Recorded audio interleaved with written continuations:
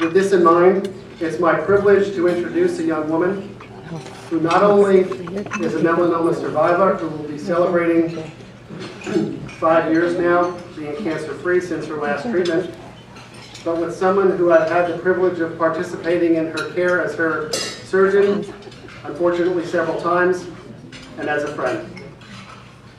What is perhaps most remarkable about her journey is not merely how remarkably she put on a rally cap to fight the melanoma that had spread to her lymph nodes several years ago, but what she told me each time my team and I had to deliver some bad news. And it went something like this: Dr. Gershenwald, now I know why I'm here. This is my calling, mission if you will, to be a voice for many who are afflicted with melanoma. Since her diagnosis and treatment, she's become a strong advocate and a fundraiser for melanoma prevention and research. Her passion really shines and is incredibly infectious. She's found through her own personal experience an opportunity to help and educate others about sun safety, skin protection, and the dangers of tanning beds.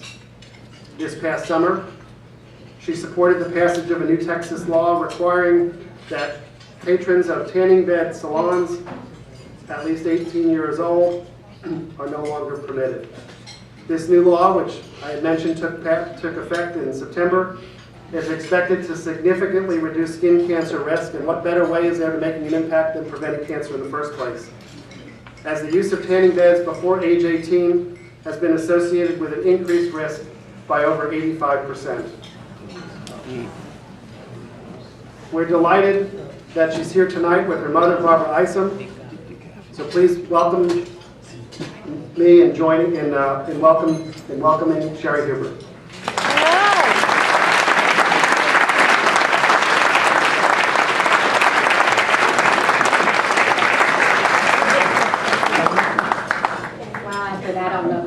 Do this, but I'm going to try. I'm not a public speaker. I love people and I love doing things and fundraising and all that, but this is out of my comfort zone, so bear with me.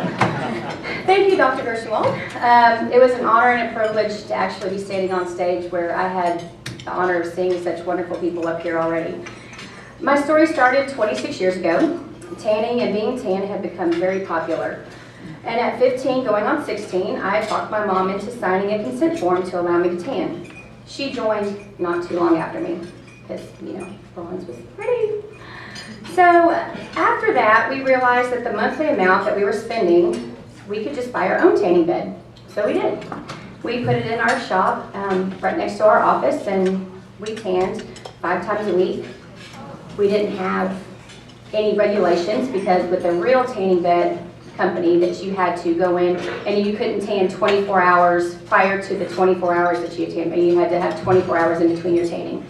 Well, with our tanning bed, it just would go on all day long, or however long we wanted to. So at 35, I was due for my baseline mammogram since my grandmother had died of breast cancer, and my mom thought it would be a good idea to go to get a body scan at the dermatologist. I had never been before to the dermatologist, and she thought, well, you never know, there might be something, you might as well go check. So I was like, okay, so I called in November of 2007, and since I was a new patient, they couldn't get me until April. No big deal. Oh well, there's nothing wrong with me, I can wait for another doctor's appointment.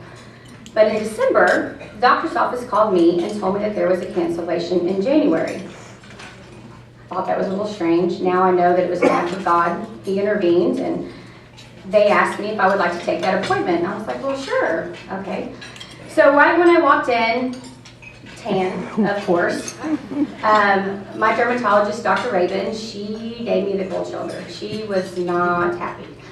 And I told her, that I had been tanning for this long and and I haven't stopped. And she was like, that's it, I cannot believe you do that. I'm like, it's my life, I can do what I want to, there's nothing wrong with me, whatever. So I shrugged off her disconcern, and I kept my ground. I was, not going to back down to her, because I was paying her, by the way. So during my exam, we go to the top, we get into the bottom, and she sees a scab on my left shin. And she asked me how long it had been there, and I was like, I don't know. It really looked like I just cut myself shaving and just kept irritating it. So she cut it off. She's like, I'm sure it's nothing, but we'll call you in 2 weeks because it takes that long when you're not at MD Anderson. MD Anderson, you find out like a day later. So she cuts it off, and sure enough, 2 weeks later, I received a phone call asking me to come in. And that was the call that changed my life. Dr. Rabin then told me that I had melanoma. She was my best friend then. She like pulled her chair up to me and was like, "You have melanoma." And I was like, "So, what's melanoma?" "I don't know what that is." "Okay, sure, we'll go with that." And she's like, "No, it's pretty serious. You've got this vertical growth syndrome, blah, blah, blah, blah. We're going to get you an MD Anderson right away. We can make this happen." So my head's spinning. I'm like, okay, still just cut it off. I mean, we're good to go. I didn't know really anything about it. So within a week, I had my first appointment, of course, with the best surgeon ever, Dr. Gershwald. And he explained my pathology reports and the fact that I needed to move quickly because it was still actively growing. 4 days later, that's how active he was, Valentine's Day, which was my mom's birthday, what a way to give her a birthday present, I had my first surgery. They did a sentinel node biopsy of my pelvic and my growing lymph nodes, and they removed more of the tissue of my primary spot on my shin. I stayed in the hospital for a couple days and then went home to my 16-month-old Rachel and my 5-year-old Cassie and my husband Rob. A few days later, Patty, my PA, she called me and she told me that it had spread and it was in my growing lymph nodes. And I remember saying, okay, just like I say to everything else. And she quickly explained to me that it was pretty serious because now I was officially a stage 3 melanoma patient. It had spread. Patty was the type that when you'd come in there and I'd be like, "Oh, it's fine," she'd be like, shaking me. "Cheri, this is serious. Really pay attention." I'm like, "I'm paying attention. I'm not tainted anymore. I'm okay." Well, that was the moment of my first real breakdown. I'm not a crier, so that's it. I just lost it. But I got over it as quick as it started. I knew I was in the best hands and I was going to be okay. They quickly scheduled me another surgery, removed more of my infected tissue in my shin, which I thought they were going to have to do a skin graft. But like I said, he's fabulous and my shin looks great. You can't even see my scar. And he took all my growing lymph nodes out. A few days in the hospital and some crutches, and I was good to go within a few weeks. I was to see the dermatologist every 3 to 4 months and then MD Anderson every 3 months for checkups. When I went in for my 3-month scans and checkups at MD Anderson, my pelvic lymph nodes had showed that the cancer had spread. I was mad, not sad. I think that was the day I realized that there was no reason to cry or be sad, only to fight and stay strong. So I did. After surgery number 3 and going through a few rounds of radiation, I was able to ring the bell September 11th. Ike showed up September 12th. Ruined my celebration. I had no electricity for 18 days. That was okay. I was done with the cancer and we were good to go. In the meantime, the AIM at Melanoma Foundation had started a melanoma walk down at MD Anderson before it was backed by MD Anderson. Well, I think it was backed by MD Anderson, but I don't think the melanoma department was actually involved in it. So in 2008, I assembled, this is before my 3rd surgery, I had assembled 75 to 90 friends and family, and we went walking for a cure. And since then, I've been a huge supporter of the foundation. I started a melanoma fundraising event in 2010, and with the help of my friends and family, have vowed to do one every other year. You can only hit people up every single year for money, so I figured, and I do Mothers Against Cancer and everything else, so it's like, okay, every other year I'll start begging for money. So to date, we've donated back over about $80,000. Hopefully, and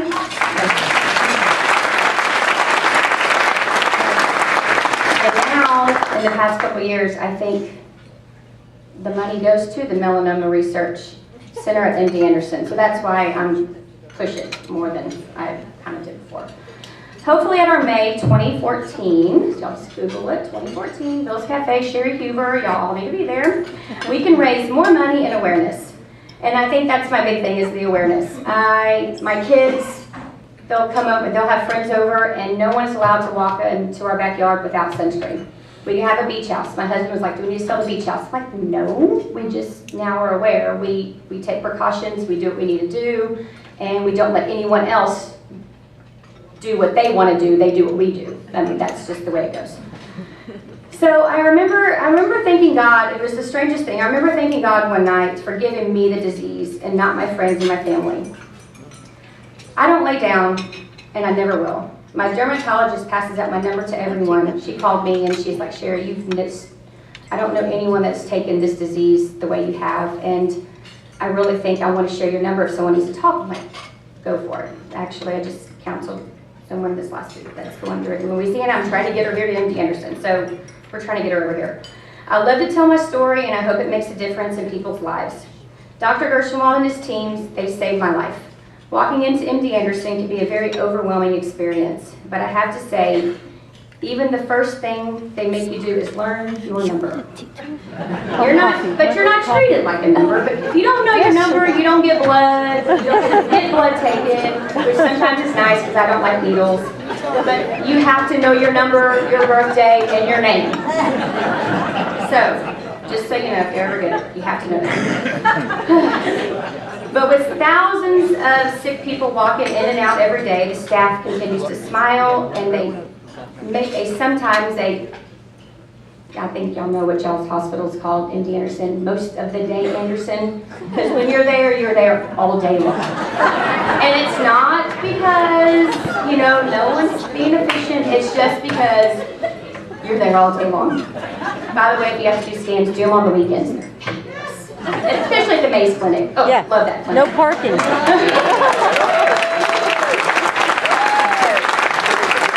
But it's always a great one, and maybe that's because I am working on my 5-year scans, which start next week. I go my full round of PET scan, So, hopefully the next time I'm talking to y'all.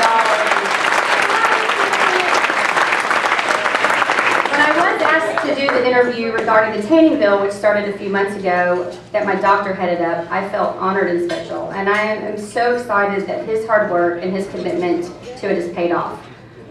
The tanning bill is extremely important to me, and I know to most of y'all, and a lot of people just don't realize, but we can prevent this. We can, and it just takes, I think my big thing is, it's like cigarettes. It says on there, you can't smoke till you're 18. You can't drink till you're 21. Well, there's reasons behind that. And if you tell a 15 or 16-year-old that they cannot tan till they're 18, they might go, why? Why is that? They might ask that question. So if you put that big thing in front of their face, they're going to ask the question. Granted, they'll still do whatever they want to do, but at least they'll be aware of the fact that it causes cancer and it's life-threatening. I mean, melanoma is, the deadliest cancer out there at the moment. Well, maybe, but to me it is. His commitment to the Melanoma Moonshot program is so impressive. I recently was invited to their annual report a couple Fridays ago, and wow, amazing. It was life-altering. I did not really realize that there was that much going on, because I am not a reader. I don't like to read. I skim. They gave me all my paperwork for melanoma, and I was like, okay, yeah. I never read up on it. But going to that, it was amazing. That's her. But the advances in the technology that we have, and without seeing it firsthand, I would have never believed it. I really didn't. The little IBM guy was so cool. My goal is to bring awareness of what melanoma really is. It's one of the deadliest cancers out there. If you're going to, and I think this is my big soapbox to all my friends and everybody, if you're going to tan, and you're going to continue to tan and not take proper measures in protecting yourself, then just go to the dermatologist. If you have insurance especially, you have no excuse. You can go to the dermatologist. It's just a once-a-year yearly scan, and it can save your life. Thank you to MD Anderson, Dr. Gershenwald, everyone in this room, and most of all my mom, my caregiver, family and friends for saving my life. But I do have to say, it will be a great day when I have forgotten 739-777.